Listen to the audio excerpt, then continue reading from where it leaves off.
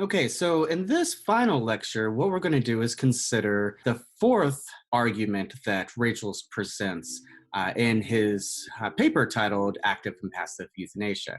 Now, this is a rather interesting way of arguing. Philosophically speaking, it's actually a pretty good argumentative strategy to employ here. The basic thing that Rachel is after is trying to show that his thesis stands because, generally speaking, the best arguments against it just don't work. And so that's the basic claim of this argument. The most common arguments in support of the conventional doctrine all fail for one reason or another. So that's what we're going to take a look at here. Now, I want you to think back to the beginning of the semester with regard to the trolley car problem. Think about how when you had to decide whether you're going to pull the lever, actively do something, killing the one and saving the five lives, or if you were going to stand back and not do anything. You're going to just refrain from doing anything. And of course, that would result in five people dying rather than one. But this is a sort of a case where we can make a distinction between actively doing something, pulling the lever, and not doing anything at all, sort of staying out of the causal chain, the causal mechanisms involved. So the reason why I want you to think about that particular thought experiment all the way back at the beginning of the semester was because one of the most powerful arguments that people employ, both in that thought experiment as well as in a case like this, is sort of the causal chain, the causal mechanisms that are involved are morally relevant. So that's the main argument in support of the difference thesis that Rachel's is going to try to consider here.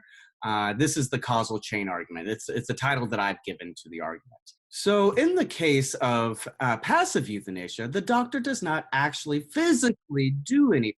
She's not a part of the causal chain or the causal mechanisms that result in the death of the patient. Nature simply runs its course in the same sort of way as when you decide not to pull the lever, right? If you just stand back and do nothing, you're not a part of the causal mechanisms.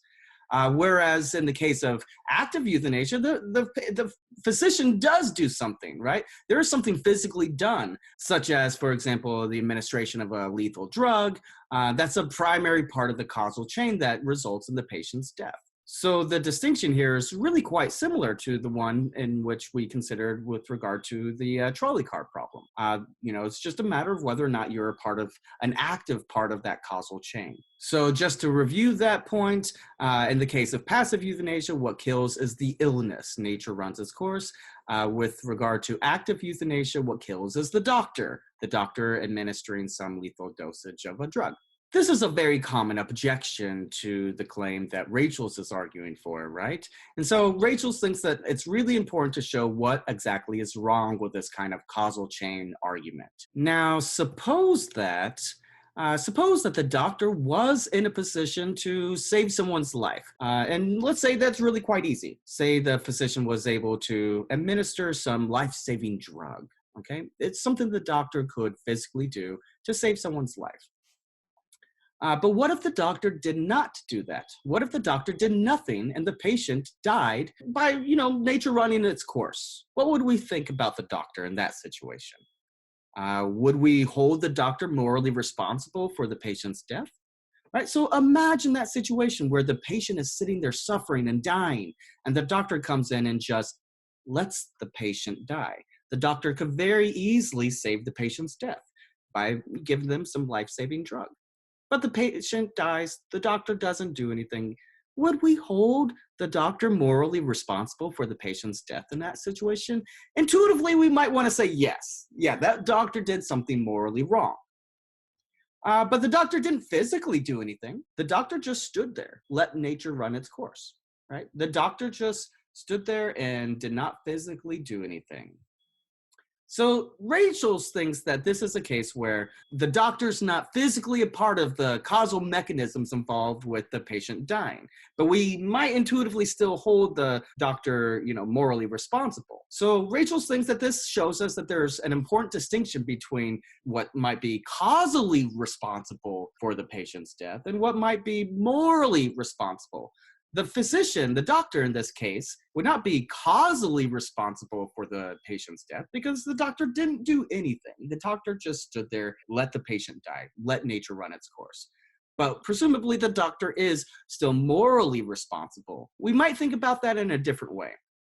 We might say that there are cases where the doctor is not physically responsible for something, but we can still hold the doctor to some sort of moral praise or moral blame.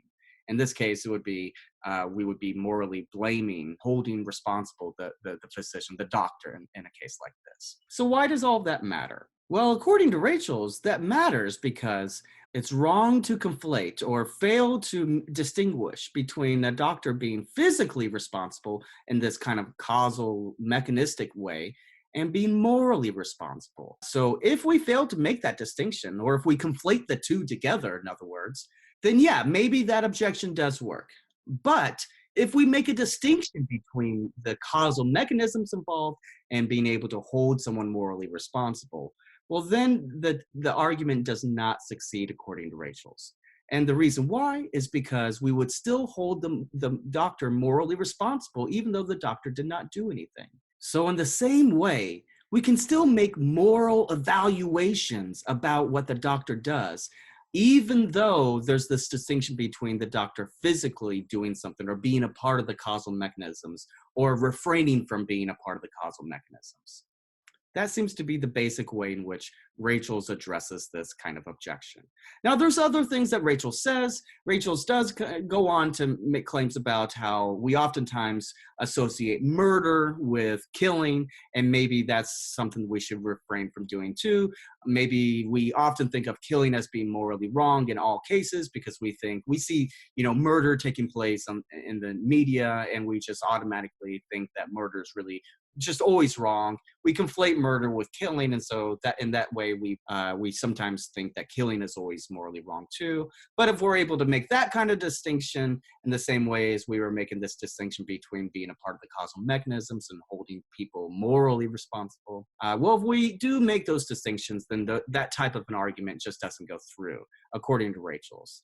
And so since, these objections don't work, since these arguments, the best arguments for the claim that the difference thesis is true, they just don't work, according to what Rachel says, is that, then the difference thesis fails, and active euthanasia is not morally impermissible in all cases. There are at least some cases where active euthanasia is morally permissible, and perhaps even in some cases where it's the morally right thing to do.